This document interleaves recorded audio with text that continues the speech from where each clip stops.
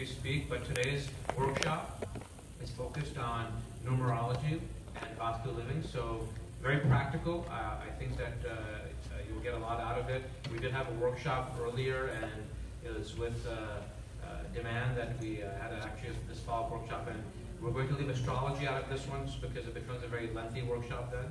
So this talk will focus on Vedic sciences of numerology and Vastu living. And I'll wait for Rishi to come in.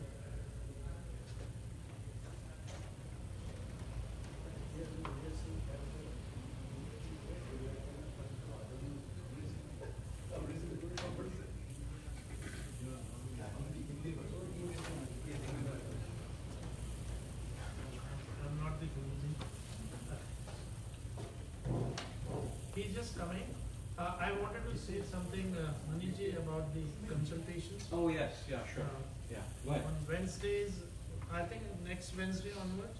But anybody needs free consultations with Guruji, can give their name and email ID or send an email to us, and we can book the slot of 15 minutes, 15-20 minutes free consultations for Wednesday, Thursday, Fridays at India House. So whose email? You can send it at India House email, or you can send it, call us, or meet now and leave your phone numbers or addresses. We'll give the time slots.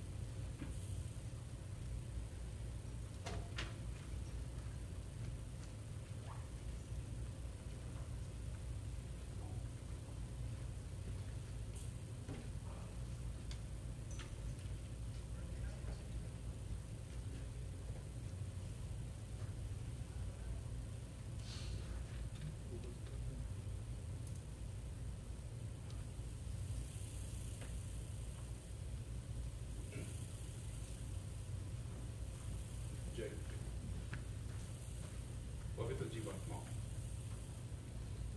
देवियों सज्जनों, ladies and gentlemen, you can hear my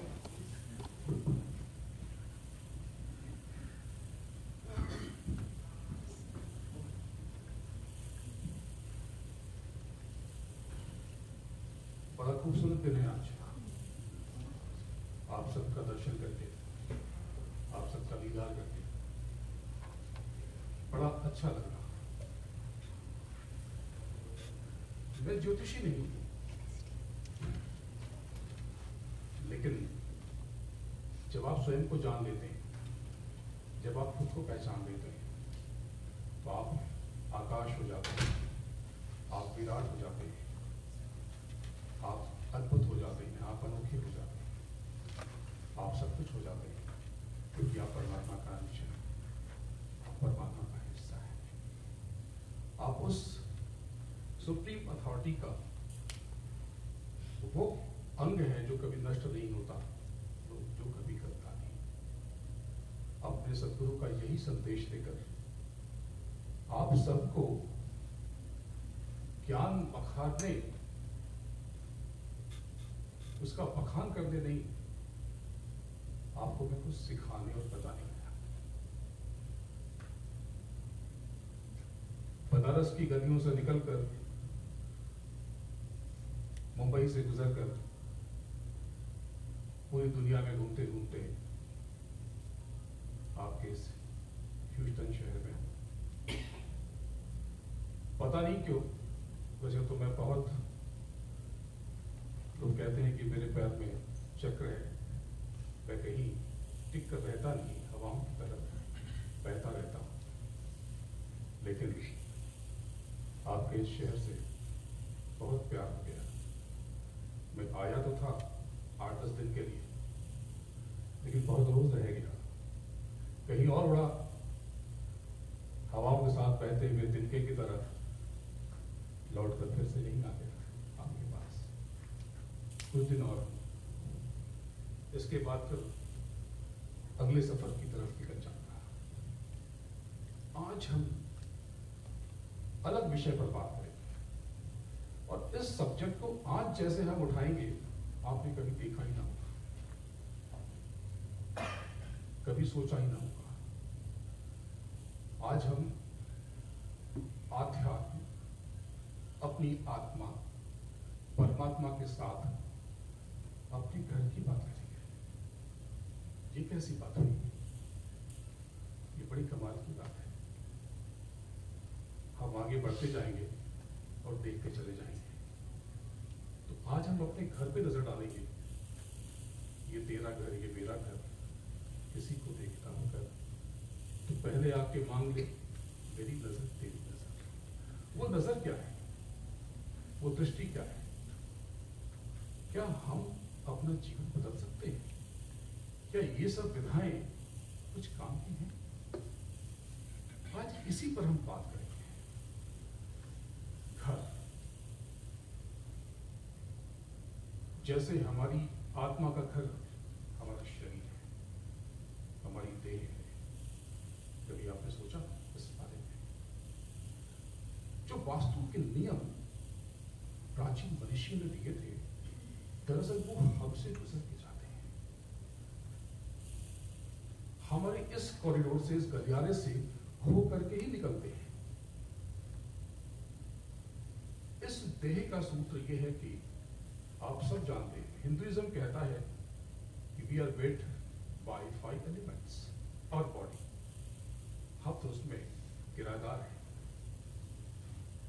आज हैं, कुछ समय के बाद ये किराए का कमरा खाली करना पड़ेगा। लेकिन ये जो हमारी बॉडी है कि 5 एलिमेंट से बनी है, और आपको हैरानी होगी हमारा प्राचीन वास्तु शास्त्र भी इन्हीं 5 एलिमेंट्स की बात करता है।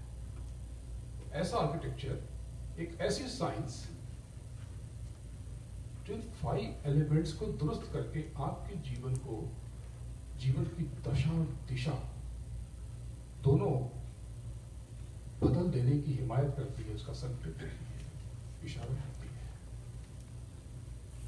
तो फर्स्ट ऑफ ऑल, सर्वप्रथम मैं अपने सदगुरु के चरणों में प्रणाम करता हूं, जिन्होंने मेरा जीवन बदला और मैं दुनिया में रहकर आप सबकी तरह मेरा जीवन था, कॉर्पोरेट लाइफ में मैं था। लेकिन कुछ बरस पहले उन्होंने मुझे इस संन्यास में, ये अनोखे संन्यास में आने का निर्देश दिया और वो इस देह से, शरीर से बाहर चले गए। सूक्ष्म रूप से वो अभी भी यही विराजमान है।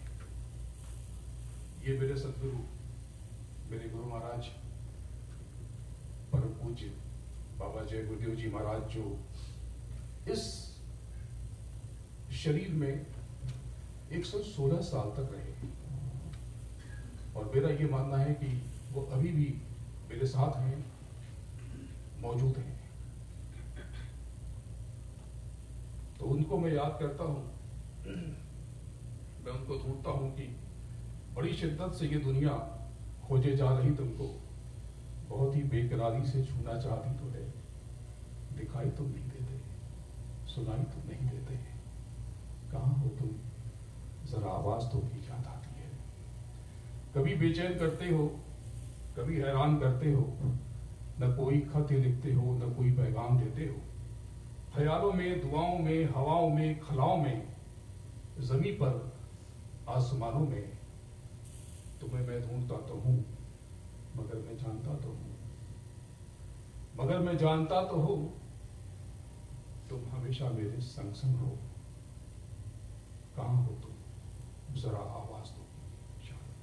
5 एलिमेंट्स जिनसे हमारा वास्तु बनता है, हमारा घर बनता है, हमारा जीवन बनता है, हम बनते हैं, हमारी देह बनती है। मुझे मालूम है कि ये हवाओं की जो झोंके हैं, मुझे तो अपने सदगुरु अभी भी महसूस हो रहे हैं इन हवा में, पानी में, तो मुझे मालूम है कि ये हवाओं के जो झोंके हैं मेरे माथे को छूते हैं, ये बोसे हैं तुम्हारे। मुझे मालूम है कि ये हवाओं के जो झोंके हैं मेरे माथे को छूते हैं, ये बोसे हैं तुम्हारे। तुम हो तुम्हारी देह का टुकड़ा हवा में खुल गया है, जो हवाओं का ही हिस्सा है, मगर बदले नहीं हो तुम। तुम्हारा हवाओं का हर एक लहजा तुम्हारे लहजे से मिलता है। कभी हौले से आते हो, कभी तूफान मचाते हो, तुम्हारी सनसनाहट आज भी वैसे के वैसी है। कहाँ हो तुम, जरा आवाज दो की याद आती है। हमारी देह का दूसरा तत्व, सेकंड एलिमेंट, हमारे वास्तु का, ये फुहारे जो थिरक कर झूमती हैं, नृत्य करती हैं छपाके से, किसी सूखे सूखे पत्थर से लिपट करके, सिमट के जो झरना बन गया है, कर गया है तर, मिटाकर खुद को ही जो बेकरारी से प्यास को मेरी मिटाया जा रहा है, मेरे बालों को गीला गीला कर गया है, टप से टपका है। ये थिरकती बूंदें बारिशों की लग रही हैं, पर ये थिरकती बूंदें बारिशों की लग रही हैं, पर ये तुम हो, तुम ही हो, जानता हूं मैं। तीसरा तत्व, मेरे छत पे ये ऊंची, बड़ी ऊंची सी छत है, जो लगे हैं बादलों के झाड़, फानुस और कंदीले सितारों की। सुबह से शब तलक तुझको ताका करती है, जैसे कोई माँ अपने बच्चों को निहारा करती है हर पल, कि कोई गर्भ झोंका चूम ना ले पेशानी मेरी, ये आसमानी छाता लेके बैठी है मेरे सर पे। बन के मेरी ढाल जो मुझे अपने आगोश में बांधे हुए है, भले ही लग रहा है ये किसी आकाश की मानिंद, पर ये तुम हो, तुम ही हो, जानता हूं मैं। चौथा तत्व, ये जो शम्स के असरार हैं, ये जो रोशनी के सितार हैं, ये जो शम्स के असरार हैं, ये जो रोशनी के सितार हैं, इस जिंदगी की मयार की ये जो चमचमाते से तार हैं, कभी कुनकुनाता सा रूप है,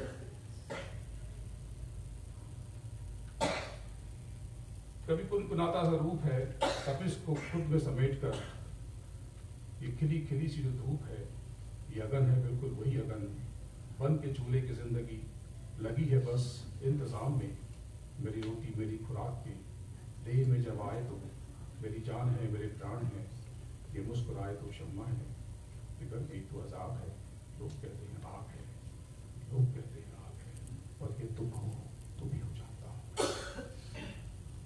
लास्ट एलिमेंट, धरती, मेरे पैर जहां हैं टिके हुए, हूं मैं जहां पे खड़ा हुआ, मैं लड़खड़ा के भी बार बार जिस गोद में महफूज हूं, जिसका रेशा रेशा है जिंदगी, जिसका कतरा कतरा कमाल है, जो कभी मेरे घर की रेत है, कभी जिंदगी का गुलाल है, जर्रे जर्रे से जिसके बना हूं मैं,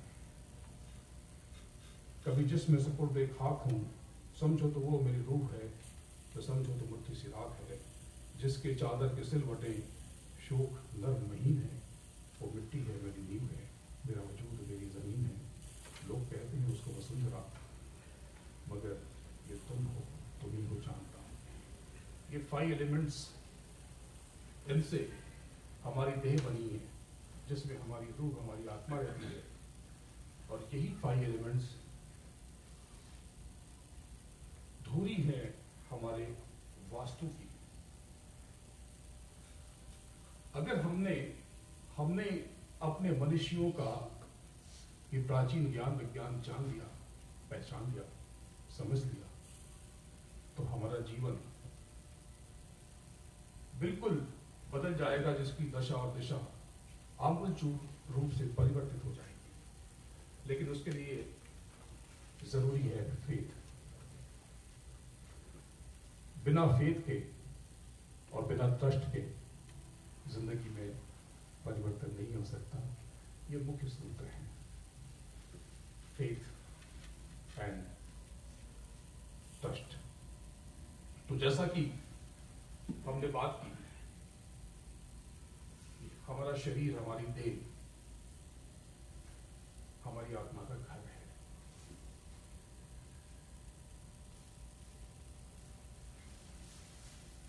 इसी तरह से जो इसके 5 एलिमेंट्स हैं, ये हमारे घर में हमारे वास्तु का मुख्य तत्व है, और यही खासियत है, यही खूबसूरती है हमारे वास्तु की। हमारे वास्तु में कहते हैं कि इसमें 81 हिस्से, 81 पार्ट है, जिसमें 64 एनर्जीज निवास करती हैं। आपको ये सब चीज नहीं पता होगा, तो आप कहेंगे तो बहुत बड़ा प्लॉट है, अभी तो ये बड़ा सा प्लॉट है, हमने एक बिल्डिंग वहां बना दी। ये बिल्कुल ऐसे है जैसे कि मैग्नेट का हिस्सा है, ये मैग्नेट है। अभी ये इसका नॉर्थ है, इसका साउथ है, हमने इसे 2 पीस कर दिया। अभी तक ये एक था, अभी तक ये एक था, हमने इसको तोड़ दिया। इस प्लॉट को हमने तोड़ दिया। अब क्या हुआ, इसका जो साउथ था ना, इस टुकड़े का नॉर्थ बन गया। बहुत गौर से समझिए, इसका नॉर्थ बन गया। अब इसको आप पास लाएंगे तो ये एक दूसरे को धक्का देगा, कुछ करेगा। इसका वास्तु पूरा का पूरा बदल गया इस टुकड़े का। जैसे कि कल तक 47 के पहले भारत और पाकिस्तान और बांग्लादेश एक थे। अगर लाहौर में कोई दुर्घटना होती थी तो दिल्ली में जो बैठा है उसका दिल टूटता था, पर हम टूट गए तो उसका साउथ हमारा नॉर्थ हो गया, या हमारा साउथ उसका नॉर्थ हो गया। ग्रहों में भी ऐसी बात है। भारतीय ज्योतिष में कहते हैं कि सूर्य और शनि ये पिता पुत्र हैं, ऐसे ही चंद्रमा और बुध पिता पुत्र माने जाते हैं। पर टूट गए तो बस कौरव पांडव बन गए। कौन थे कौरव और कौन थे पांडव? एक ही फैमिली थी। डीएनए अगर चेक कर लेंगे तो पूरी फैमिली का एक था, लेकिन टूट गए तो डिफरेंट प्लॉट बन गए, अलग अलग प्लॉट। यही वास्तु का सूत्र है। 64 लॉर्ड्स यहां पर निवास करते हैं। तो 6 एलिमेंट, तो 5 एलिमेंट्स की बात थी, तो ये छठा एलिमेंट क्या है? जल, पृथ्वी, अग्नि, वायु, आकाश। जिस घर में बैलेंस होता है, कैसे? इस पर बात करते हैं। लोग बहुत घबराते हैं, अरे ये वास्तु वाले तो बड़ी तोड़-फोड़ की बात करते हैं। दरअसल जो ऐसी बात सोचता है वो वास्तु जानता ही नहीं है, ये तो ध्यान से भी गुजरता है। वास्तु तोड़-फोड़ से नहीं, आपसे बनता है, आपसे होके गुजरता है। अभी इसका जो प्रैक्टिकल पहलू है मैं उससे आपको परिचित कराता हूं। क्योंकि 5 एलिमेंट्स मैंने बात कही थी, छठा एलिमेंट क्या हुआ?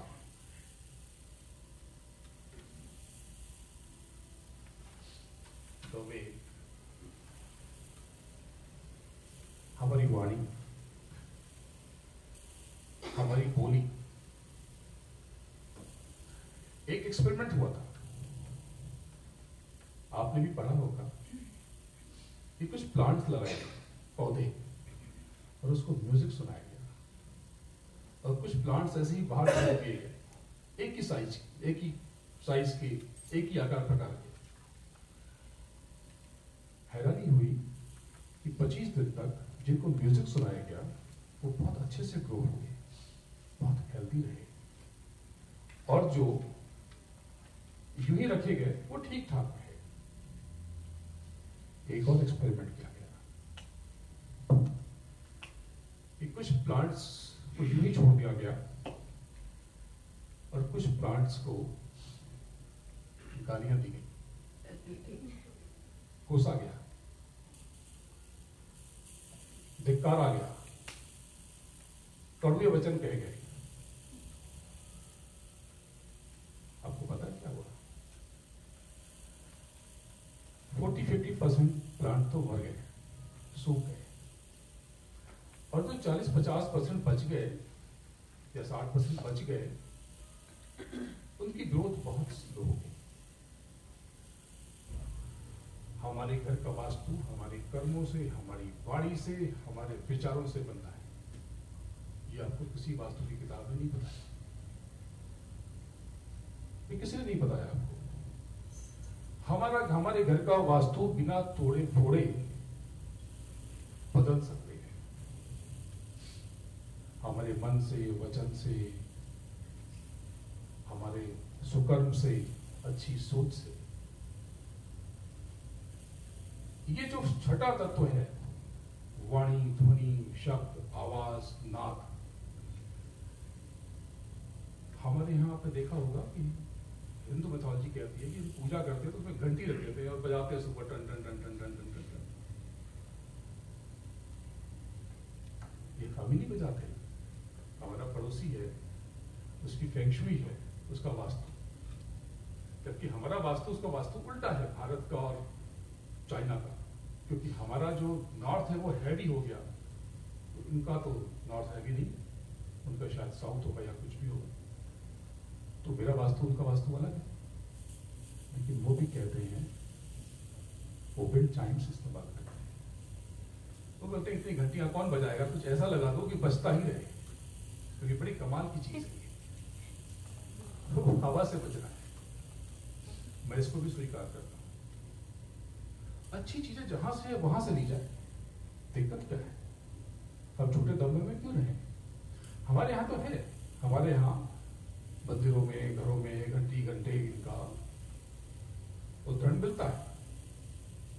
साउंड, सुबह सुबह अगर हम मंत्र जाप न कर सके, समय न हो, हम प्ले कर दें। आपके घर में कितना भी बड़े से बड़ा वास्तु दोष हो, नष्ट हो जाएगा, कम हो जाएगा।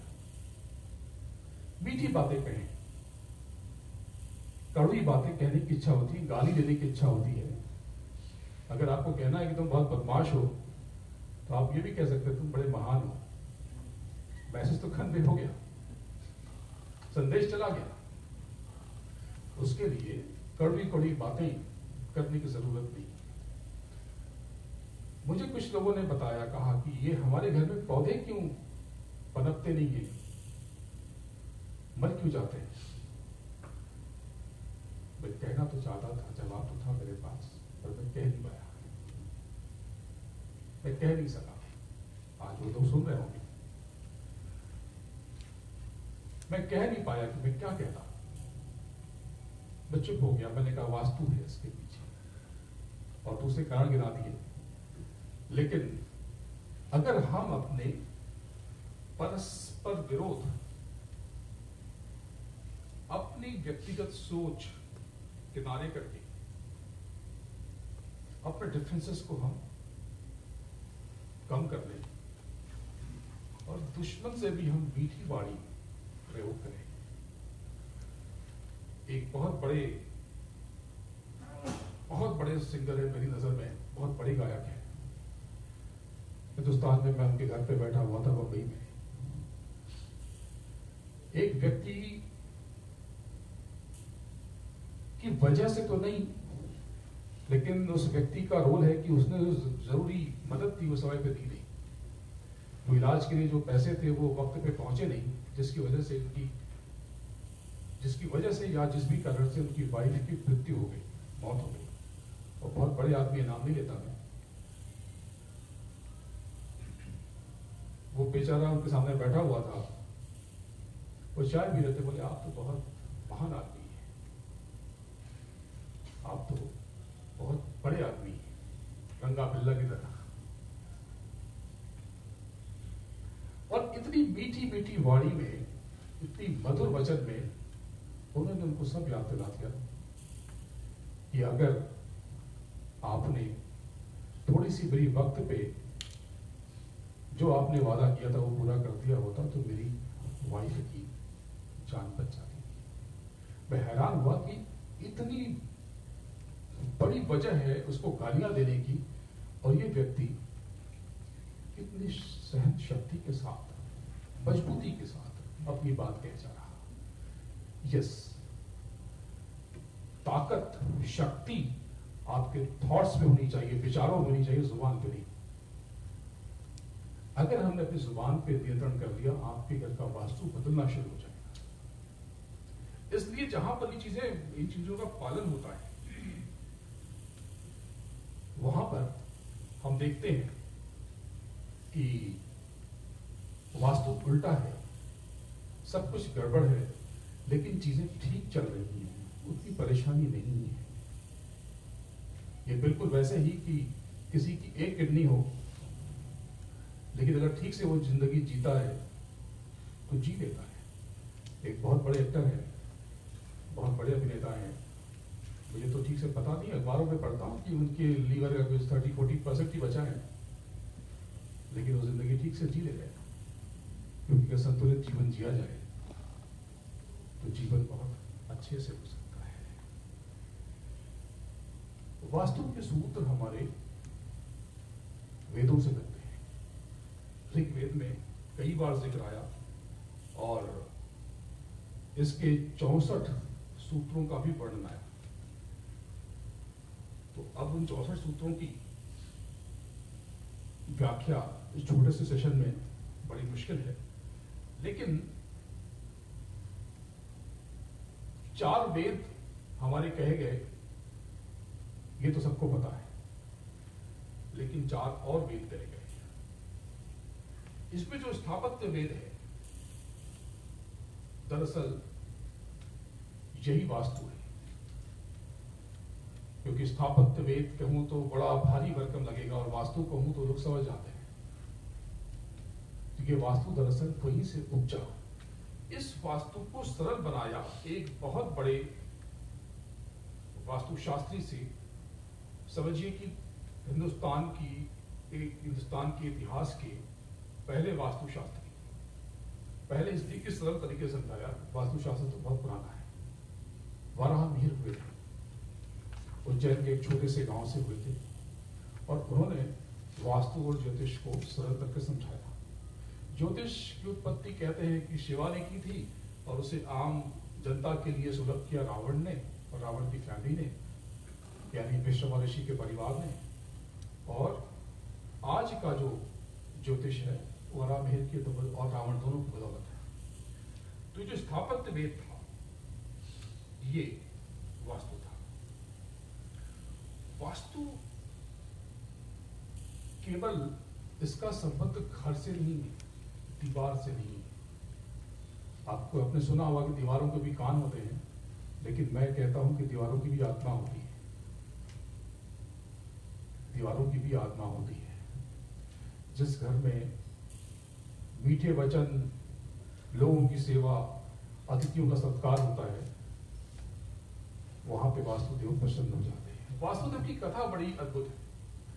दरअसल जो वास्तुदेव कहे जाते हैं ये एक राक्षस थे। इनको वरदान मिला कि तुम जाओ, तुम अधोमुख होकर के, तुम्हारी सजा ये है कि तुम हर घर में अधोमुख होकर के मौजूद रहोगे, उपस्थित रहोगे, और जहां तुम्हारी पूजा होगी, तुम्हारा सम्मान होगा, उस घर में हर्ष होगा, उत्सव होगा, खुशी होगी, आनंद होगा।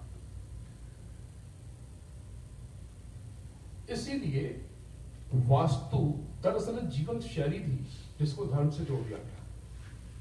जैसे प्राणायाम, प्राणायाम आध्यात्मिक क्रिया नहीं है, ये शरीर को दुष्ट रखने की क्रिया है, ठीक रखने की क्रिया है। तो लोग समझते हैं कि ये सब हिंदुओं की धर्म की चीजें हैं, वास्तु और योग, प्राणायाम। नहीं, ऐसा है नहीं। दरअसल ये चीजें इतनी जरूरी हैं, इतनी आवश्यक हैं कि हम ऐसे करेंगे, लेकिन अगर धर्म से जोड़ दिया जाए तो फिर लोग मान लेते हैं। जैसे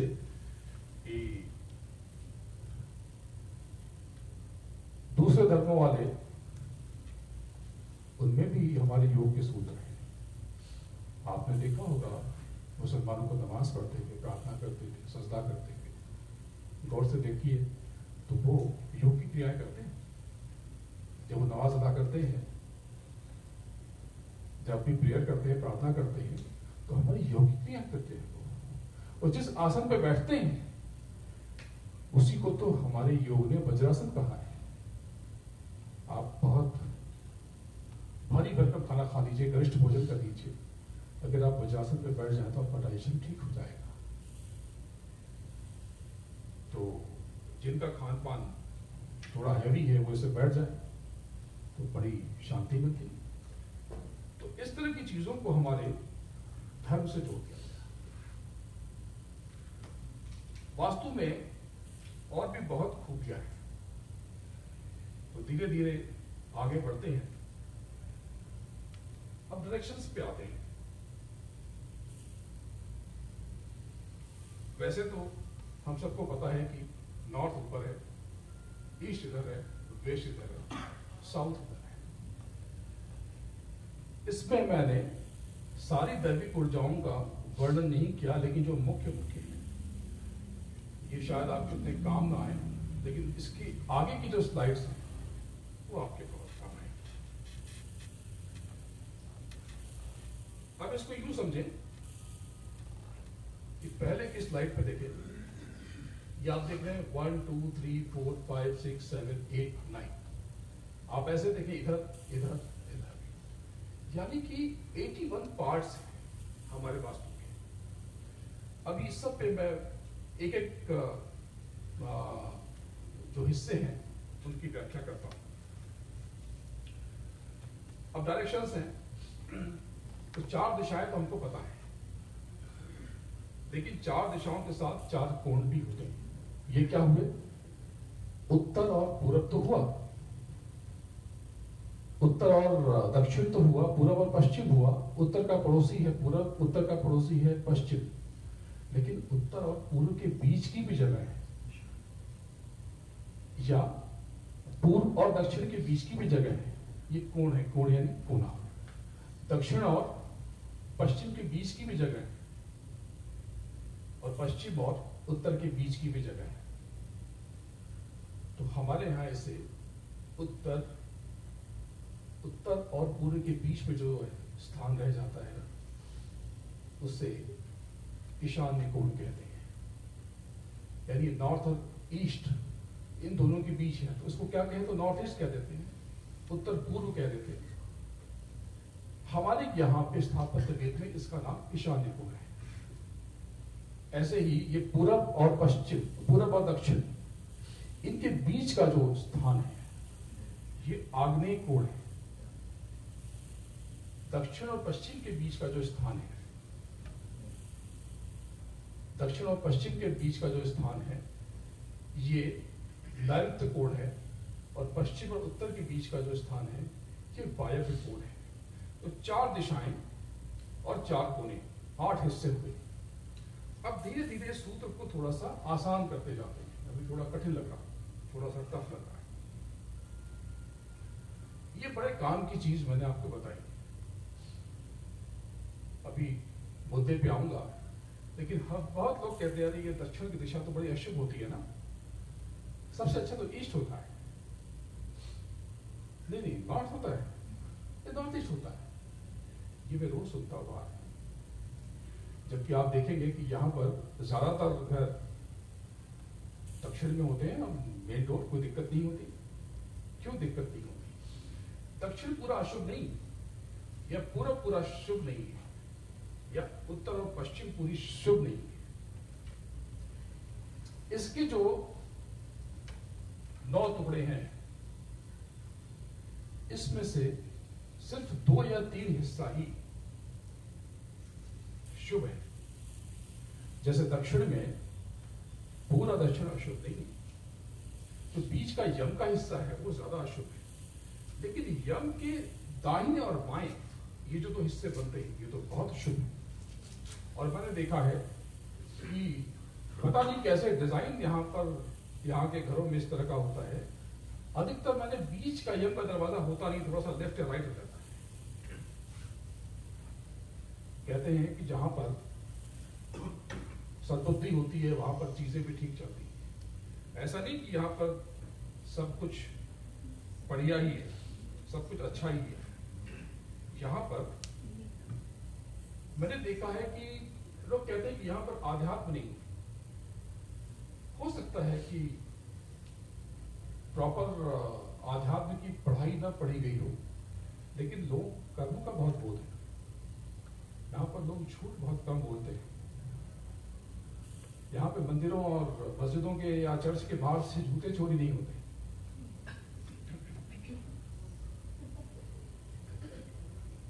मैं लॉस एंजलिस में गया था, अपना बैग छोड़ दिया था, उसमें डॉलर्स थे और पासपोर्ट था। मुझे याद नहीं आया, कहीं पर शायद कॉस्को की ट्रॉली में भूल गया था। 4 घंटे 3-3.5 घंटे हम लोग आगे आ गए थे सैन होजे की तरफ। वापस हम लौट के गए। 8 घंटे के बाद वो बैग वही मिला, वो बैग वही मिला। हमारे कर्म, हमारे आचरण, हमारी सोच, इनकी दशा दिशा हमारे जीवन और हमारा वास्तु ठीक करती है। वास्तु का मतलब केवल दीवार मत समझिएगा, हमारा शरीर भी वास्तु है और इसमें कर्म और आचरण भी वास्तु है। और इनको सिर्फ घर जहां हम रहते हैं उसको केवल मकान मत समझिएगा। यहाँ हाउस कहते हैं, हम लोग उसे घर कहते हैं। हिंदुस्तान में हम मकान नहीं कहते, हम घर कहते हैं। हम लोग मकान में नहीं रहते, हम जुड़ जाते हैं। तो ये हाउस से ज्यादा होम है। तो जैसा कि आपने देखा कि उत्तर में 3 हिस्से छोड़ करके तो चौथा और 5वां है बहुत शुभ है। पूर्व में 2 हिस्से छोड़ करके तो तीसरा और चौथा वो बहुत शुभ है। दक्षिण में इधर से 3 छोड़ करके उधर से 3 छोड़ करके जो इधर से चौथा उधर से चौथा हिस्सा है, बहुत शुभ है। यहां से नहीं बताइए कि साउथ बहुत अशुभ होता है, गलत है। जो कहते हैं उनको सब्जेक्ट का, विषय का ज्ञान ही नहीं है। मैं अच्छे से वास्तुशास्त्रियों को देखता हूँ, वो आगे कहते हैं गुरु जी ये आश्रम बनाना है, मठ बनाना है, साउथ मत लीजिएगा। ये सोच ही गलत है। ये 3 हिस्से छोड़ करके उधर से 3 छोड़ करके तो ये कैसे मेजर करें हमारा घर कैसा है या नया घर लेना हो? कुछ नहीं, आप प्लान देख लीजिए और लंबाई चौड़ाई कितनी है मेजर कर लीजिए और डिवाइड कर लीजिए 9 से। आपका घर कैसा आपको पता चल जाएगा। अभी एक-एक हिस्से की व्याख्या करते हैं।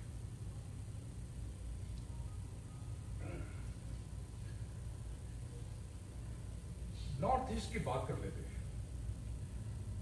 ये बड़ा अद्भुत हिस्सा है घर का।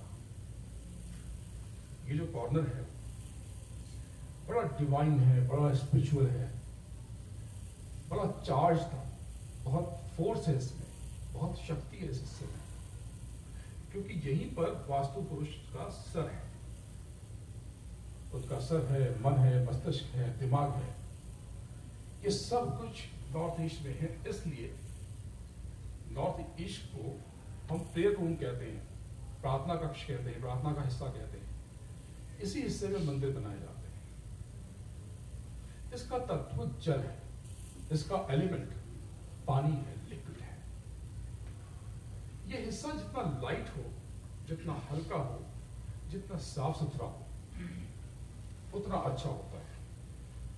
कौन सा हिस्सा? वो नॉर्थ ईस्ट का, यानी 0 से लेकर के 90 डिग्री।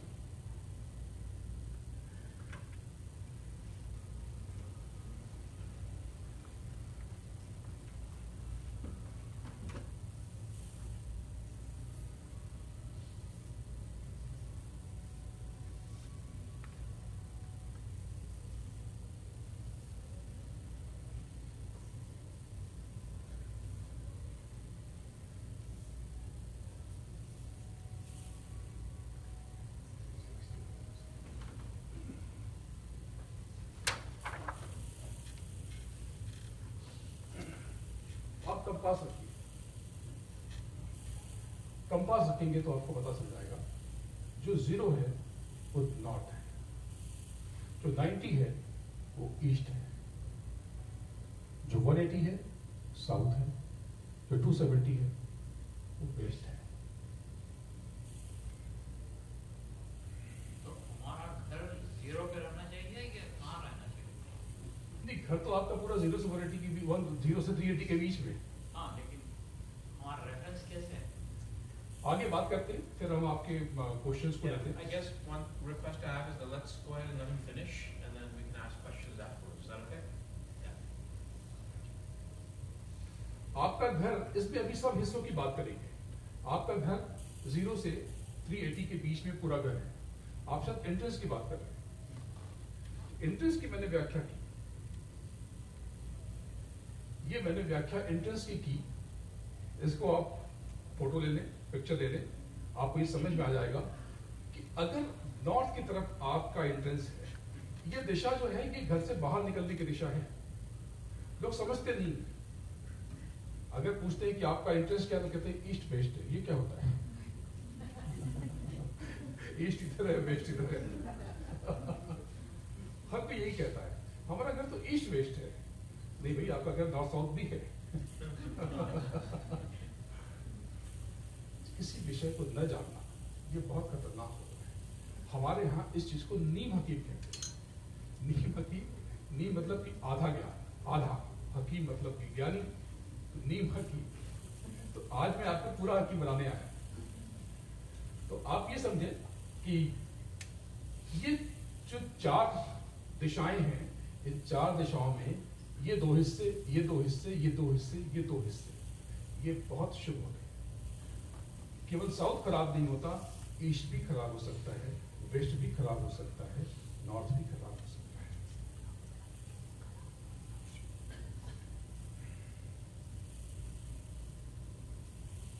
तो नॉर्थ ईस्ट की बात की, अब ईस्ट की बात कर लेते हैं, पूर्व की बात कर लेते हैं। पूर्व प्रकाश का हिस्सा है। नॉर्थ ईस्ट से लेकर के ईस्ट ये ज्ञान का हिस्सा है। अगर जिस घर में नॉर्थ और ईस्ट ब्लॉक होते हैं, वहां दुनिया भर की परेशानियां होती हैं, ज्ञान की कमी होती है, ज्ञान का इस्तेमाल नहीं कर पाते, लोग आपस में एक दूसरे पे अटैक करते रहते हैं, खुद की बातें भूल जाते हैं कि वो क्या कह रहे हैं, दूसरे को क्या करना चाहिए उनको पता होता है। क्यों होता है? क्योंकि नॉर्थ और ईस्ट ये दोनों पैक है, बंद है। आपके घर में अगर नॉर्थ ईस्ट में विंडोज हैं, दरवाजे हैं, तो दिन में एक बार आधा 1 घंटा खोल दिया कीजिए, जिससे रोशनी आ जाए, जिससे प्रकाश आ जाए। लेकिन अगर नॉर्थ ईस्ट में विंडोज ही ना हो तो ये खतरनाक चीज है। यहाँ पे कितनी भी वेल्थ आ जाए, लोग बहुत उदास रहते हैं। तो आप सब अपना घर सोच रहे होंगे कि मेरे नॉर्थ में क्या और ईस्ट में क्या। नॉर्थ और ईस्ट में जल होना, पानी होना बहुत शुभ है। जिस घर में नॉर्थ से लेकर ईस्ट तक के बीच में कहीं भी पानी है, बहुत वेल्दी लोग होते हैं। लेकिन अगर वहां पे फायर हो तो पैसा हो के भी किसी काम का नहीं होता, कष्ट बहुत ज्यादा होते हैं, तनाव बहुत ज्यादा होता है। अगर वहां पर फायर है तो झगड़े होते हैं। कैसे? जैसे तवे के ऊपर पानी डाल दे, छन छन छन छन होने लगता है। तो पानी के ऊपर आग आ जाए तो क्या होगा? बस वही, जितना खुला होता है ईस्ट उतना बढ़िया होता है, जितना खुला होता है नॉर्थ उतना अच्छा होता है। साउथ ईस्ट पे आ जाते हैं। ऊपर नॉर्थ की बात हम बाद में करेंगे, हमने नॉर्थ ईस्ट से शुरू किया। अब ईस्ट इसलिए नॉर्थ ईस्ट शुरू किया कि हमारे यहाँ पे स्थापत्य वेद में उत्तर से शुरू नहीं किया उन्होंने, पूरा ज्ञान जो है वो उन्होंने नॉर्थ ईस्ट से शुरू किया। आज भी आप जो यंत्र देखते हैं ना, वो दरअसल वो ईस्ट रख के जाते हैं, वो ईस्ट को ऊपर कर देते हैं। उन्होंने ईस्ट को, पूर्व को इतना महत्व दिया। उन्होंने कहा असली सूत्र तो इस पूर्व में छुपे हुए हैं और इस नॉर्थ और ईस्ट के बीच की जगह छुपे हुए हैं। जिसका एंट्रेंस वहां पर हो, नॉर्थ ईस्ट के बीच में कहीं पर हो, हम चेंज नहीं कर सकते तो हम कुछ चीजें कर रहे हैं। वहां पे हम बेतरतीब से फैले हुए सामान को हटा दें, तरतीब से रखें, तमीज से रखें, जो बिखरी हुई चीजें हैं उसे इकट्ठी कर लें, हल्का कर लें, भारी फर्नीचर वहां से रिमूव कर दें। मैं तोड़-फोड़ की बिल्कुल भी एडवाइस नहीं करता।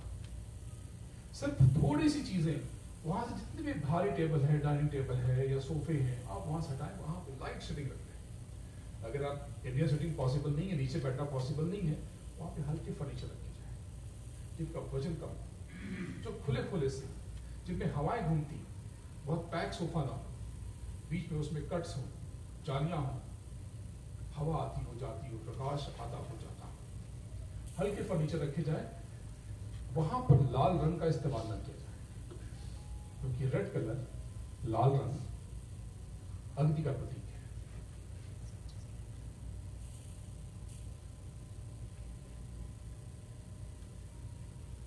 साउथ ईस्ट, अग्नि, ये भी बहुत इंपॉर्टेंट हिस्सा है। जिस शरीर में आग ना हो वो मुर्दा हो जाता है। शरीर से आग खत्म हुई तो शरीर ठंडा हो जाएगा, जीवन खत्म हो गया। जिस घर में अग्नि ना हो वहां पे चूल्हा नहीं जलेगा, भोजन नहीं बनेगा, खाना नहीं बनेगा। जिस फैक्ट्री में फायर ना हो वो ठप हो जाएगी, बंद हो जाएगी। Fire mean production. Liquid, north east is liquid, liquid cash को भी लिक्विड कहते हैं, और ये south east, this is fire, अग्नि, आग। ये बहुत इंपॉर्टेंट हिस्सा है नॉर्थ ईस्ट और साउथ ईस्ट। अगर ये दो हिस्से ठीक है तो पूरा वास्तु ठीक है। अब इसको ठीक कैसे किया जाए, इस पर हम बात करें। तो वहां पर पानी हो तो अच्छा है, आग ना हो तो अच्छा है। और यहां पर अगर किचन हो तो बहुत अच्छा है, लेकिन किचन ना हो तो किचन अक्सर हम बीच में बना लेते हैं कहीं पर, क्योंकि इंडिया की तरह से दीवार से जुड़ा हुआ प्लेटफॉर्म नहीं होता। होता है यहाँ पर, लेकिन बीच में एक टेबल होता है। तो ये जो अग्नि का हिस्सा है, हम यहाँ पर कुछ फायर क्रिएट कर रहे हैं। कैसे कर रहे हैं? कोई लैंप रख लें, कोई फायर या रेड कलर की पेंटिंग लगा लें। इसको एक्टिवेट करने के लिए यहां पर ऐसी चीज रखें जिससे फायर और सक्रिय हो जाए, एक्टिवेट हो जाए। तो क्या? Food, plants. यहां पे प्लांट्स रख दिए जाए, आपकी फाइनेंशियल क्रंच खत्म हो जाए। आपने घर में केवल नॉर्थ ईस्ट में आपने पानी ठीक कर दिया और यहां पर आपने फायर ठीक कर दिया, आपकी जिंदगी की आधी से ज्यादा आफत खत्म हो जाएगी। और जिनकी जिंदगी में बहुत उलझन है वो चेक कर लें, ये दो दिक्कतें हैं, ये दो परेशानियां इन दो हिस्सों में होंगी।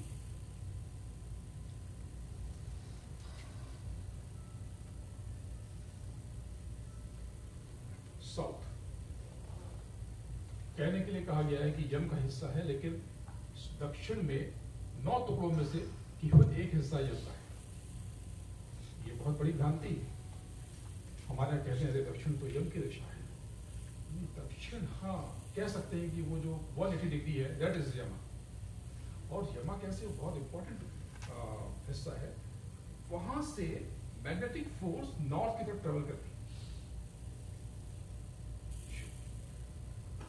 इसलिए सोने की सही दिशा दक्षिण की तरफ है, साउथ की तरफ है। अगर आपका सर दक्षिण की तरफ है, साउथ की तरफ है, आपको नींद बहुत अच्छी आएगी, आपका शरीर स्वस्थ रहेगा, आप हेल्दी रहेंगे, आपका मन ठीक रहेगा। और शरीर ठीक है, मन ठीक है, तो फिर तो आपके पास चल के आएगी। अधिकतर लोगों की समस्या है कि उनका मन ठीक नहीं है। इसीलिए तो हमारे एस्ट्रोलॉजी में, ज्योतिष में चंद्रमा को बहुत महत्व दिया गया। और खाली हम ही क्यों, इस्लाम को देख लें, उनकी तो पूरी गणना ही चंद्रमा पे। वो तो सूरज को पता नहीं मानते भी कि नहीं मानते, मुझे पता नहीं है, जानकारी नहीं है, लेकिन चंद्रमा को तो मानते हैं। उनका हर चीज चंद्रमा को देख के शुरू होता है।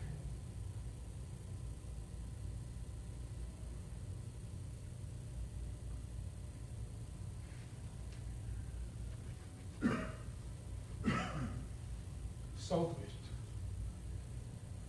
ये नैऋत्य कोण कहते हैं, ये बहुत इंपॉर्टेंट हिस्सा है।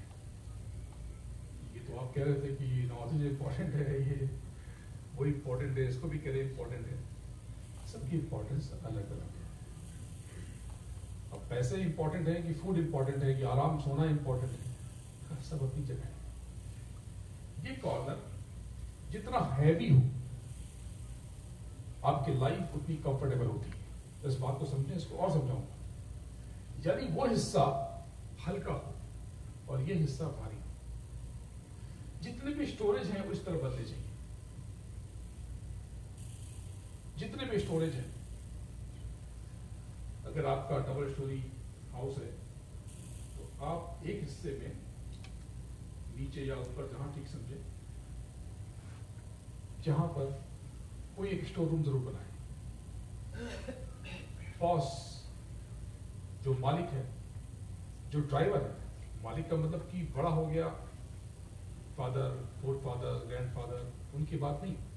जो ड्राइवर है, अगर चारों कमा रहे हैं घर में, चारों अर्निंग मेंबर हैं, तो चारों मालिक है वैसे तो। लेकिन अभी तो जहां पर एक फैमिली होती है, उसमें दो इम्पोर्टेंट पार्ट हैं, विल है, पहिए हैं, हस्बैंड एंड वाइफ, और उनके बच्चे हैं जो बड़े होते हैं, बाहर निकल जाते हैं। तो सीधी सी बात है कि यहाँ पर एक कपल रहता है, कभी पेरेंट्स भी रहते हैं साथ में, कभी कभी कुछ समय के लिए और लोग भी आ जाते हैं। यूजुअली एक फैमिली रहती है, हस्बैंड वाइफ रहती है। तो जो मेन कमरा है, मेन कमरा मैं इसलिए कह रहा हूँ कि कई बार गेस्ट आते हैं, बच्चे होते हैं, बच्चे अगर इधर साउथ वेस्ट में होते हैं तो बहुत जल्दी हो जाते हैं और अपने पैरों पे कुल्हाड़ी बन जाते हैं। आप ध्यान से देखिए, अगर आपके बच्चे हैं और वो थोड़ा सा जिद्दी हैं तो आपने उनको साउथ वेस्ट में बिठाया है, चेक कर लीजिए। ये जहां पे भी जिनके भी बच्चों से बनती नहीं है और बच्चे बहुत डोमिनेटिंग हैं, उनके घर जरूर जाइएगा कंपास लेकर के, तो थोड़ा घर चेक करना है। बच्चे का रूम 180 से 270 के बीच में ही होगा। ये कमाल का वास्तु है, ये कमाल का विज्ञान है। आप जितना इसे सीखेंगे, मैं तो सिर्फ आपको सिखाने नहीं, आपको सिर्फ रुचि पैदा करने आया, बाकी तो आपको सीख जाएंगे। आप आज ये फोटो क्लिक करके जाएं, समझ के जाएं, और आपको अपने घर में बहुत कुछ दिखेगा। अगर आपके घर में शांति है तो ये सारी चीजें बैलेंस्ड होंगी, और आपके जीवन में अशांति है तो यहाँ पर आफत है, गड़बड़ है। जिस घर में आग्नेय कोण, वहां पर दिक्कत होती है, जैसे कि नीचा हो गया, एक स्टेप नीचे। मैं एक जगह पे गया, वहां पे उतने ही पोर्शन पे बेसमेंट था, और उनका उन्होंने बेडरूम बेसमेंट में बनाया था, और वो डिवोर्स तक पहुंच गए। उस पोर्शन को नीचा होने, साउथ वेस्ट जहां पर, साउथ ईस्ट जहां पर नीचा होता है,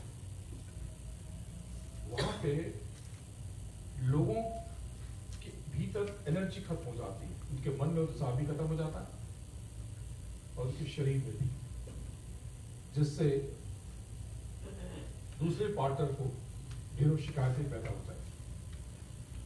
तो शरीर में अग्नि कुछ हिस्सों से वहां कम हो जाती है, जिससे विघटन हो जाता है, परिवार टूटने लगता है। साउथ वेस्ट में ध्यान हमें ये रखना है कि ये जो बेडरूम है, किसी भी बेडरूम में बिस्तर के सामने मिरर, दर्पण नहीं होना चाहिए। दर्पण की सही दिशा क्या है? Only north east. तो हम कहेंगे कि भाई घर में तो इतने कमरे हैं, केवल एक नॉर्थ ईस्ट में ही हम मिरर लगाएंगे? नहीं नहीं, हर कमरा खुद में टेरिटरी है, एक कंप्लीट हिस्सा है। अगर आपको इस कमरे में, अब ये इसमें 4 कमरे, 4 रूम है, नॉर्थ ईस्ट में, साउथ ईस्ट में, साउथ वेस्ट में और नॉर्थ वेस्ट में। अगर आपको मिरर लगाना होगा तो आप उसके नॉर्थ ईस्ट में जाएंगे, और वार्डरोब बनाना होगा तो उसके साउथ वेस्ट में आएंगे। तो बेड आपने साउथ का बस नहीं, एक और दिशा है बेड की, सर रखने की, वो है ईस्ट, पूरब की तरफ। अब इसको यूं समझे कि हमने साउथ की तरफ से रखा और ये मैग्नेटिक फोर्स ट्रेवल कर रही है, हमने जो भी खाया पिया उसने पुश किया, मॉर्निंग में हम ठीक रहे, हेल्दी रहे। सिमिलरली हम ईस्ट की तरफ हमने सर किया और ये इस तरफ आती रही, फूड सही तरीके से रोटेट हो गया, हम हेल्दी गए। साइंसेस के बीच यही आप उल्टा करते हैं।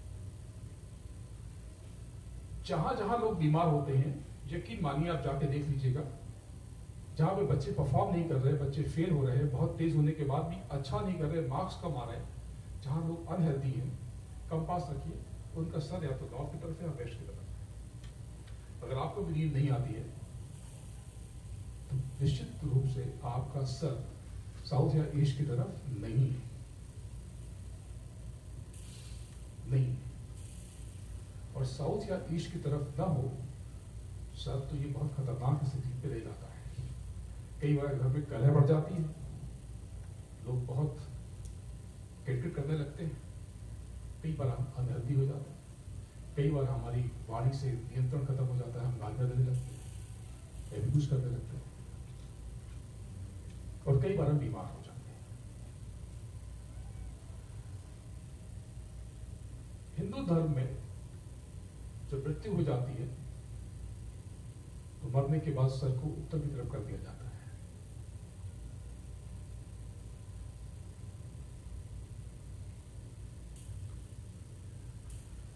पश्चिम, ये बड़ी अच्छी दिशा है। लक्ष्मी पश्चिम में वास करती है, लेकिन ध्यान रहे पश्चिम और दक्षिण ये बहुत खुले हों तो बहुत बड़ी आफत को ले आएंगे। पश्चिम का दरवाजा अगर इधर 3 छोड़ करके है तो बहुत वेल्दी, बहुत अच्छा है। जहां जहां पश्चिम के दरवाजे हैं वहां और लोगों से ज्यादा पैसे आते हैं, ये बहुत शुभ है। लेकिन अगर वहां पे बहुत खिड़कियां हैं, खुलापन है, तो ये बहुत बुरा है, बहुत खराब है। और जहां जहां पश्चिम और दक्षिण की तरफ पानी है वहां भी कष्ट है, थोड़े उलझने। वरुण, वरुण का भी यही स्थान कहा गया है, और ये साउथ और वेस्ट ये आपके जीवन की मान और प्रतिष्ठा तय करते हैं। जिस घर में दक्षिण पश्चिम में दरवाजा होता है वहां पे लीगल केसेस हो जाते हैं, वहां पे टिकट बहुत मिलते हैं। आप ड्राइव करेंगे, लास्ट मोमेंट में जब कर देंगे आप सिग्नल, बहुत रोकते रोकते भी आप कूद जाएंगे, और अगर आगे देखिए तो आपका ये दरवाजा होगा, जिसको बहुत नोटिस मिलती हैं, रिटर्न गलत फाइल हो जाता है, कुछ गलतियां हो जाती हैं। निश्चित रूप से दक्षिण और पश्चिम उनका खुला हुआ है। नॉर्थ वेस्ट वायु का स्थान है, तो वायु तो आपने बताया नहीं कि ये 5 तत्वों में से अब ये तत्व की बात की आपने और ये बाकी छोड़ दिया। ये वायु से ज्यादा ये जो नॉर्थ ईस्ट है वो जल, अग्नि, पृथ्वी, वायु और आकाश। आकाश कौन सा हुआ? 0 से 180 दोनों आकाश। इसलिए खुला जितना होता है, जितना वहां से आकाश दिखाई देता है पूर्व से 0 से 180 के बीच में, उतना घर आपका बढ़िया है। ये 5 एलिमेंट्स हैं, जल, अग्नि, पृथ्वी, वायु, आकाश। नॉर्थ वेस्ट कॉर्नर रिश्तों की भी बुनियाद रखता है। जो आकांक्षाएं, उमंग, इच्छाएं, हंसना, बोलना, खिलखिलाना, नाचना, गाना, ये सब तय करता है। अगर ये अशुद्ध है, यहाँ कोई दिक्कत है, यहाँ बहुत गाढ़े गाढ़े, बहुत हैवी कलर हमने लगा दिए, बहुत दिक्कत होगी। अगर हमने इसे बहुत बढ़िया रखा है, साफ सुथरा रखा है, और यहाँ पे हमने लाइट कलर रखा है, अगर यहाँ पर व्हाइट है या ऑफ व्हाइट है या ब्राइट कलर है तो बहुत अच्छा है। एक और चीज नॉर्थ वेस्ट रिश्तों का भी होना है। आपके फ्रेंड्स, रिश्तेदारों से अच्छे संबंध, परिवार में अच्छे संबंध, मिलना जुलना, पार्टी, ये सब ये कोना तय करता है।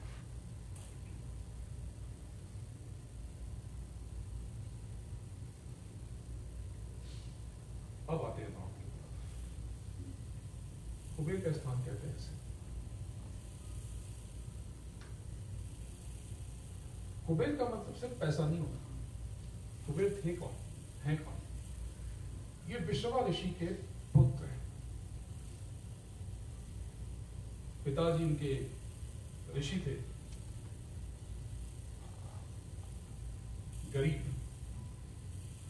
गरीब यानी कि दूसरों की चिंता करते हैं, फिक्र करते हैं। एक टीचर जो दूसरों के जीवन को बनाते हैं और खुद के बारे में नहीं सोचते। तो इनके बच्चों ने तय किया कि ये राजा लोग आते हैं, किंग आते हैं, बड़े बड़े लोग आते हैं, हमसे आशीर्वाद लेते हैं, हम यही छोड़ देते हैं, तो हम खुद से अपना जीवन क्यों न बदलें। तो दो बच्चों ने, ये सारे बच्चों ने तय किया, उन्होंने अपना जीवन बदला। एक पत्नी का बेटा कुबेर कहलाया, वो यक्ष बन गया। यक्ष यानी ये जो हमारे धरती के चमकीले पदार्थ हैं, कण हैं, जिनको हम वेल्थ कहते हैं, सोना चांदी रत्न कहते हैं, इनके जो लॉर्ड हैं, इनके जो नियंता हैं, वो यक्ष, यक्ष और यक्षिणी। तो लक्ष्मी देवी नहीं है, लक्ष्मी यक्षिणी है। कुबेर देव नहीं है, कुबेर यक्ष है। तो ये जो हिस्सा है ये कुबेर का है। तो विश्रवा ऋषि के पुत्रों की कथा, पहली पत्नी के जो पुत्र थे वो कुबेर कहलाए, कुबेर है यक्ष कहलाए। और दूसरी पत्नी कैकसी के जो पुत्र थे, उनमें जो अग्रज थे, उनको रमन कहा गया, जो बाद में रावण कहलाए। उनको, उनका नाम रावण नहीं था, उनका नाम रमन था। और नाम भी उनका रमन नहीं था, ये रमन डिग्री थी। जैसे डॉक्टर दी जाती है, सर कहा जाता है। भारत में जब अंग्रेज थे तो राय साहब इस तरह की डिग्री दिया करते थे। तो वैसे ही रमन डिग्री थी। जब ऋषि मुनि उनसे खुश हुए, पसंद हुए, तो उन्होंने कहा कि आज से जाओ, आज से तुम्हें राम की डिग्री देते हैं, तुम्हारा नाम राम। उन्होंने मना कर दिया, हाथ जोड़ दिया कि क्षमा कीजिए, मैं राम का पूजन करने वाला हो सकता हूं, मैं राम का मनन करने वाला हो सकता हूं, मैं राम का वर्तन करने वाला हो सकता हूं, मैं राम का चिंतन करने वाला हो सकता हूं, मैं रमन हो सकता हूं, मैं राम नहीं हो सकता। तो ये रावण और ये युद्ध क्या है? ये आंतरिक युद्ध की बात है। गोस्वामी जी ने साफ साफ लिख दिया है कि ये जो रामचरितमानस के किरदार हैं, ये जमीनी नहीं है, ये रूहानी है। यानी हम सब दशरथ हैं। दशरथ यानी 5 ज्ञानेंद्रियां, 5 कर्मेंद्रियां, उनका रथी, उनका उन पर नियंत्रण पाने वाला दशरथ। हमारी 3 रानियां, रजोगुण, तमोगुण, सत्वगुण, हमारे 4 पुत्र, काम, क्रोध, लोभ, मोह। और बात यह है कि जो ग्रंथों को न समझे उसे वो कहानी समझता है। हमारे जो ग्रंथ हैं वो साइंस पर है। ये 4 वेदास और ये पुराण और ये उपनिषद, ये छोटी मोटी बातें नहीं है। मैक्स मुलर ने हमें समझाया। मैक्स मुलर की अगर आप कहीं पे आपको नेट को सर्च कर लें, तो उन्होंने कहा कि इंडियंस तो ये तो गोल्ड माइन पे बैठे हुए बेगर्स हैं, इनके पास इतना नॉलेज है, इतना ज्ञान है, और ये जाने क्या किए चले जा रहे हैं। उसने बताया हमें कि हिंदुस्तान गोल्ड माइन क्यों था, गोल्डन बर्ड क्यों था, सोने की चिड़िया क्यों था। क्या यहाँ पे गोल्ड माइंस थी? नो। माइंस होती तो आज भी होती, कहाँ गई सर? होंगी कहीं कहीं। पैसा पहले हिंदुस्तान में क्यों था कि पूरी दुनिया को लूटने हमारे पर आना पड़ा, और आज भी लूटे जा रहे हैं, और आज हम खुद को भी लूट रहे हैं। न जाने कितने मुल्क हमसे आबाद हो गए। कुछ बात है जो हस्ती मिटती नहीं हमारी, सदियों रहा है दुश्मन हो जहां हमारा। आज तक लूटने की कोशिश की जाती है, लेकिन हम फिर भी नहीं लूटते, फिर भी कहीं कुछ बाकी रह जाता है। मैक्स मुलर ने समझाया कि इन इंडियंस के पास की जो ऋग्वेद के सूत्र हैं, इसमें गोल्ड बनाने का फॉर्मूला छुपा है। उसने बताया कि ओम तामा आवजात में तो लक्ष्मी तगामिनी में सामरण विद्यम गावशो पुरुषाराम पुष्पपुरवाम रतपद्याम सिनात प्रवदरिम श्रीयम देवी उपवेश श्रीमान देवी जुष्टाम खान सुस्मिता में प्रकार ध्यान परिवर्तन पद्मेस्ताम पद्मनाम तामी उपवेशनियम। उसने कहा ये कॉपर से गोल्ड बनाने का फॉर्मूला है। फिर उसने कहा कि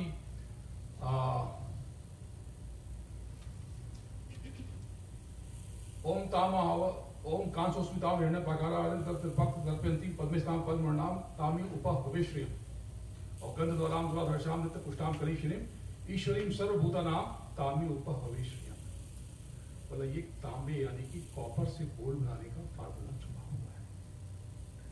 उसने कहा शुद्धि भाषा बलाम विष्ठा विद्या में हूं आहुति सब सर्वान ज्ञात।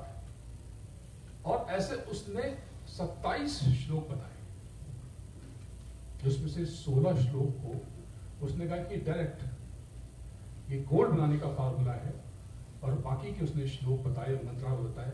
बोले ये भी कोई ना कोई बड़े इंपॉर्टेंट फार्मूलाज हैं, हम भूल गए, जैसे हम अपने वास्तु को भूल गए। मैं बहुत से लोगों से बोलता हूँ, बोले ये सब बकवास होता है, सब कहाँ होता है। बोले मैं नहीं मानता। मैं उनसे एक ही बात कहता हूँ कि सॉरी, आप ये मत कहिए कि मैं नहीं मानता, आप ये कहिए कि मैं नहीं जानता। आप एक बार सब्जेक्ट जान लीजिए, तो विषय को पहचान लीजिए, फिर आप कहिए कि मैं नहीं मानता, तो मैं आपकी बात मान लूंगा। अगर डॉक्टर मनीष शुक्ला कह दें कि मैं मेडिकल साइंस को नहीं मानता, तो मैं इसकी बात मान लूंगा। अभी तक कहेंगे नहीं, क्योंकि बड़ी मुश्किल से उन्होंने पढ़ाई की है, तो जाने कितने लोगों की लाइफ इन्होंने सेव की है, जाने कितनों की जिंदगियां बचाई हैं, रोज बचा रहे हैं। अभी कल ही इन्होंने एक ओल्ड लेडी को जीवन दान दिया। तो ऐसी घटनाएं जब आप किसी सब्जेक्ट को जान जाएं, फिर आप कह दें कि बकवास है, तो आपकी बात में दम है। बिना जाने ये कह देना कि मैं इसको नहीं मानता, ये अच्छी बात नहीं। ओवरऑल ये मैंने इसमें डिफाइन कर दिया कि ये कौन कौन से ग्रह कहाँ बैठे हैं। इसको फिर से आप देख लें और इसकी आप पिक्चर दें, ये आपके बहुत काम आएंगे। ये इतनी जो हमारे कहते हैं ना, बहुत से लोग कहते हैं बकवास है, ऐसा कैसे होता है, 33 करोड़ देवी देवता। नहीं, हमारे यहाँ देवी देवता दरअसल एनर्जीज हैं, ये शक्तियां हैं कि हर कोने की शक्तियां, हर घर जैसे ही टूटा, ये सारी शक्तियां ही एक्टिवेट हो जाती हैं। अगर मैं इसे पार्टीशन कर दूंगा तो ये सीमेंट के इतने में आ जाएंगे, इसको भी तोड़ दूंगा तो सीमेंट के उतने से में ही आ जाएंगे।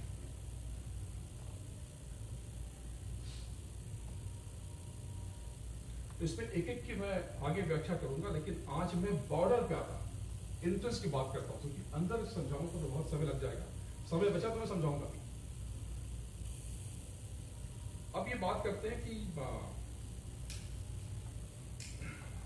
कौन सा एंट्रेंस कैसा होता है।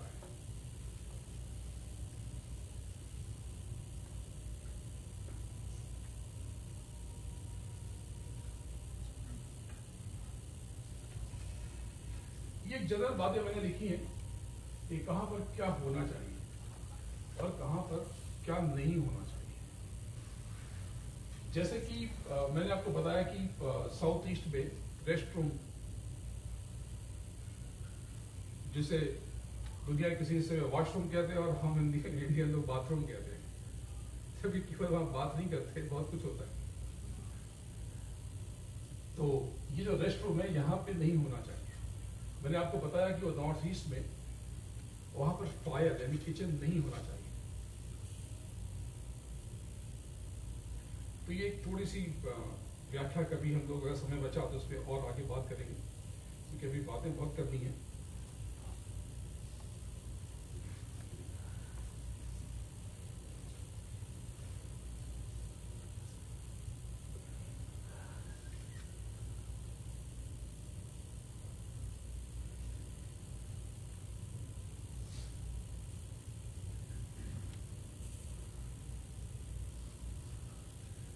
तो जैसे मैंने बताया कि नॉर्थ ईस्ट कॉर्नर प्रेयर के लिए अच्छा है, बुजुर्गों के लिए अच्छा है। साउथ वेस्ट, ये जो भी घर का हेड है, मुखिया है, या जो मुखिया का मतलब कि जो कमा रहा है, अर्निंग मेंबर है, उसके लिए साउथ वेस्ट अच्छा है। जो गेस्ट रूम है या डॉटर्स का रूम है, वो नॉर्थ वेस्ट उनके लिए अच्छा है। बच्चों का कमरा इस साउथ वेस्ट में बिल्कुल नहीं होना चाहिए, नहीं तो बच्चे गलत फैसले कर लेते हैं।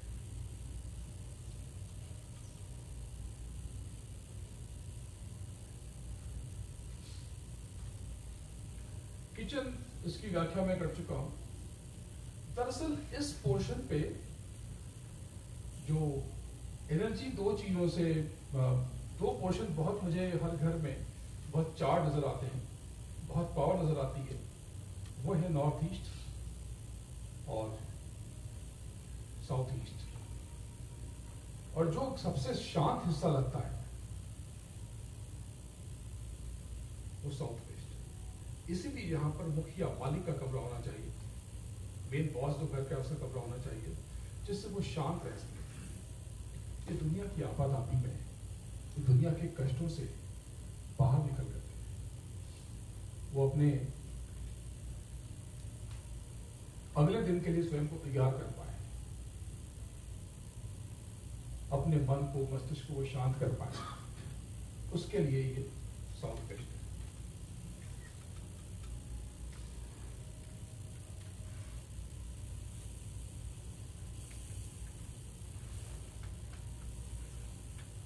इन सब की व्याख्या का समय रहा तो मैं और आगे भी करूंगा।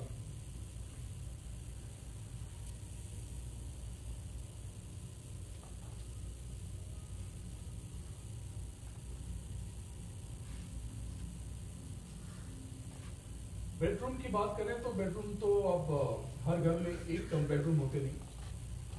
तो वही कॉन्सेप्ट है कि बच्चों का कमरा जो वो ऊपर की तरफ हो और नॉर्थ ईस्ट में हो जाए, नॉर्थ में हो जाए।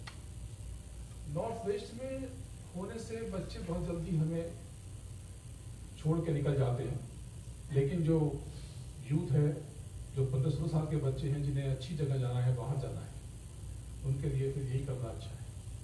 जैसे बच्चे कॉलेज में चले जाएं, जल्दी से निकल जाएं।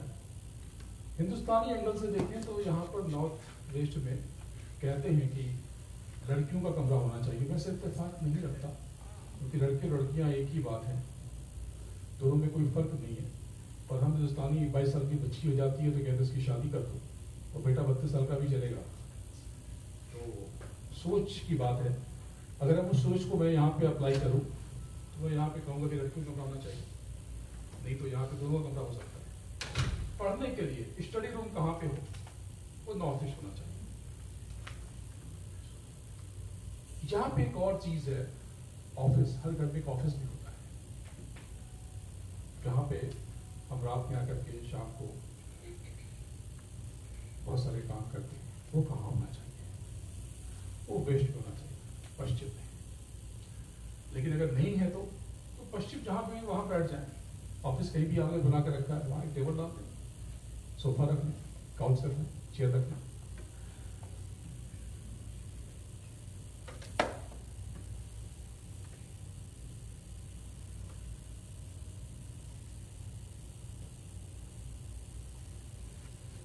ये सारी मैंने व्याख्या की है, लेकिन इसका समय नहीं है। तो इंटरेस्ट की बात करते हैं, ये बहुत इंपॉर्टेंट है। ईस्ट की तरफ आ जाए, ईस्ट वहां पे है। वहां पर मैंने बताया कि 2 हिस्सा छोड़ करके तो तीसरा और चौथा हिस्सा है, ये बहुत बढ़िया है। तो ये जो तीसरा हिस्सा है उसका नाम है जयंत। इसकी जो लॉर्ड है वो जयंत है, उनके नाम पे ही इसे जयंत कहा जाता है। और जो चौथा हिस्सा है उसके लॉर्ड इंद्र कहे गए। अब इंग्लिश में इंदिरा हो जाती है। तो ये तीसरा चौथा क्या है, फिर से आपको याद दिलाऊं कि आपका जो प्लॉट साइज है वो जितना भी समझिए कि ये 90 फीट है, तो आप उसको डिवाइड बाय 9 कर दीजिए। 10-10 फीट का एक हिस्सा हो गया। लेकिन अगर ये 45 फीट से तो इसका आधा हो जाएगा। तो डिवाइड बाई 9 करके जो हिस्सा निकलेगा उसके लॉर्ड हुए। अगर यहां से यहां तक ये 90 फीट है तो 20 फीट छोड़ करके 20 से 40 के बीच में जो हिस्सा बनता है, अगर वहां पे आपका दरवाजा है तो वो बहुत बढ़िया है प्रॉस्पेरिटी के लिए, हैप्पीनेस के लिए, नेम एंड फेम के लिए, अवार्ड के लिए, मान सम्मान के लिए, खुशियों के लिए। ये हमारा स्थापत्य वेद कहता है। लेकिन अगर और भी हुए तो जो लोग कहते हैं ईस्ट वेस्ट एंट्री है, अगर थोड़ा पहले हुआ तो पहला हिस्सा है तो डर होगा, नुकसान होगा, तनाव होगा, वहां पे आग लग सकती है, तो उसकी दिक्कतें हो सकती हैं, टेंशन हो सकता है। और अगर दूसरा हिस्सा हुआ पर्जन्य जिसको कहते हैं, तो ये भी उदासी का, नुकसान का, लॉस का, वेल्थ में कमी का हिस्सा है। और ऐसे ही अगर जैन और इंद्र छोड़ दें, अगर सूर्य का है, सत्य का है, वृष का है और आकाश का है, ये भी बहुत शुभ हिस्सा नहीं है। ईस्ट, ईस्ट के बाद हम आते हैं साउथ। साउथ में बिल्कुल वहां से शुरू हुआ वायु, पूषा, वितत, वृक्षत, यम, गंधर्व, भृंगराज और मृत्युंजय। मृत्युंजय से ये मत समझिएगा कि मृत्यु पे जीत हो गई, बहुत अच्छा हिस्सा है। ये दैविक शक्ति है, उनके नाम है। अगर एंट्रेंस यहां बनाना है तो 3 हिस्सा यहां से छोड़िए, चौथा ले लीजिए, या 3 हिस्सा यहां से छोड़िए, चौथा ले लीजिए। तो उधर से छठा या इधर से छठा या इधर से चौथा या इधर से चौथा।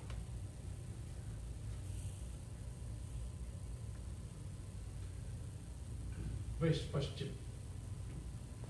बहुत से लोग कहते हैं कि मेरा तो पश्चिम है एंट्रेंस, तो पश्चिम का मतलब वो साउथ वेस्ट को भी पश्चिम कह रहे हैं और नॉर्थ वेस्ट को भी पश्चिम कह रहे हैं।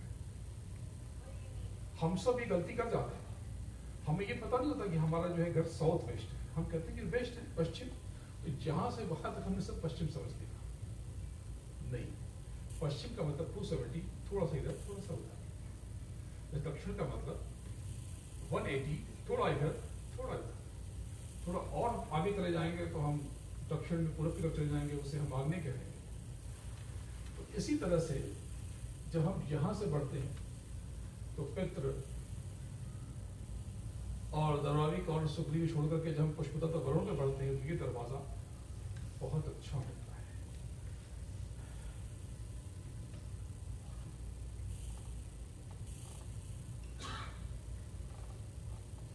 नॉर्थ की तरफ यहां पे हमने 3 छोड़ा था, वहां पे हम 2 छोड़ेंगे। और मुख्य और भरकाट और सोम, ये 3 हिस्से बड़े अच्छे माने गए। दरअसल हम जिनको सुख कहते हैं, हम प्रॉस्पेरिटी, हम एक्सेस मनी को हम सुख समझते हैं, हालांकि सुख ये है नहीं। हमारे हिंदू मैथोलॉजी में सुख के साथ शांति जुड़ी हुई है। हम कहते हैं परमात्मा हमें सुख शांति दे। हम केवल सुख की बात नहीं करते, हमारे यहाँ शांति भी एक तरह का सुख है। अगर आपके पास बहुत पैसे हैं, बहुत बड़ा कामकाज है, आपको उसे जीने का ही, उसे भोगने का ही अवसर नहीं मिलता, आपके जीवन में शांति ही नहीं है, तो बाकी सब चीजें होंगी बेकार है।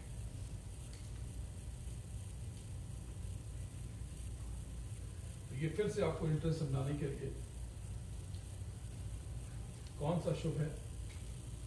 पूरब में आप 2 हिस्सा छोड़ दें, तीसरा और चौथा। दक्षिण में आप इधर से 3 छोड़ दें और इधर से 3 छोड़ दें, जो चौथा है इधर से या चौथा उधर से ले लें। पश्चिम में इधर से 3 छोड़ दें, चौथा और 5वां ले लें। या उधर से, उसमें मैंने मुख्य छोड़ दिया है, लेकिन मुख्य भी लिया जा सकता है। कहीं कहीं मुख्य नहीं लेते, लेकिन मुख्य भी अच्छा फल देता है।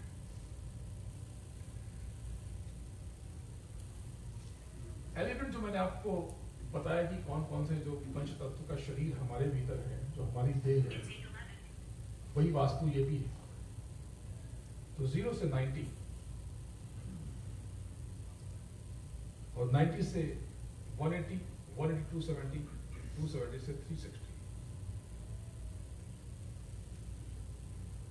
और फिर से आपको मैं याद दिला दूं मेन पॉइंट, क्योंकि हम वास्तु कंप्लीट करके हम आगे बढ़ेंगे और जो भी आपके क्वेश्चंस होंगे मैं इस पे अलग से बात करूंगा।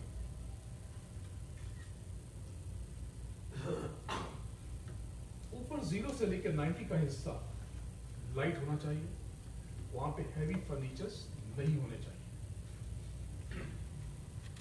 वहां पे जल तत्व होना चाहिए, पानी का आप बाउल रख सकते हैं, फाउंटेन रख सकते हैं, एक्वेरियम रख सकते हैं। वहां पे आप किसी बाउल में, किसी कांच के बर्तन में आप पानी रख सकते हैं, या किसी भी तरह से आप वाटर की पेंटिंग भी आप वहां रख सकते हैं। लेकिन वहां किसी भी फॉर्म में फायर, लाल रंग नहीं होना चाहिए, वहां पे किचन नहीं होना चाहिए, वहां पे main power point, fuse point नहीं होना चाहिए, वहां पे बच्चों के कमरे बनाए जा सकते हैं, बुजुर्गों के कक्ष बनाए जा सकते हैं। एक और चीज की सिटिंग अरेंजमेंट कैसे हो? सिटिंग अरेंजमेंट ऐसे हो कि आपका सोफा साउथ और वेस्ट की तरफ हो, और आपका टीवी, अगर आप ड्राइंग रूम की बात कर रहे हैं, लिविंग रूम की बात कर रहे हैं, तो आपका टीवी या तो नॉर्थ वॉल पे हो या ईस्ट वॉल, यानी उत्तर की दीवार पे हो या पूरब की दीवार पे हो। तो क्या होगा इससे? एक तो जो चमकीला जो रिफ्लेक्शन है, जो मिरर पोर्शन है, वो वहां आ जाएगा, और दूसरा आप फोर्सफुली, पर्पसली, जानबूझ करके आपको नॉर्थ या ईस्ट फेसिंग बैठना पड़ेगा। तो ये क्या चीज हुई? ये ऐसा हुआ कि आप जिधर देखते हैं उधर ही ड्राइव करते हैं, उधर ही चलते हैं और वही पहुंच जाते हैं। ऐसा नहीं हो सकता कि आप नॉर्थ की तरफ देख रहे हो और आप पीछे की तरफ चल रहे हैं, ऐसा नहीं होता। आप जहां देखते हैं वही पहुंच जाते हैं, आप जैसा सोचते हैं वैसा हो जाता है। तो नॉर्थ और ईस्ट की तरफ बैठना हर लिहाज से बेहतर है। ये सुख, शांति, समृद्धि, ऐश्वर्य और आनंद का परिचायक है, क्योंकि आप ऊपर की तरफ देखेंगे, ऊपर की सोचेंगे, ईस्ट की तरफ देखेंगे, आपके अंदर ज्ञान उपजेगा, आप लोगों का अहित आसानी से नहीं कर पाएंगे। अगर आपके मुख से कुछ अपशब्द निकलते हैं तो या तो आप नशा करते हैं या फिर कोई और बात है। अगर आप ईस्ट की तरफ फेस करके भी ये करते हैं, इसका मतलब ये कोई एक्सटर्नल फोर्स आपके ऊपर है। तो टीवी, टेलीविजन या तो नॉर्थ की तरफ लगाएं या ईस्ट की तरफ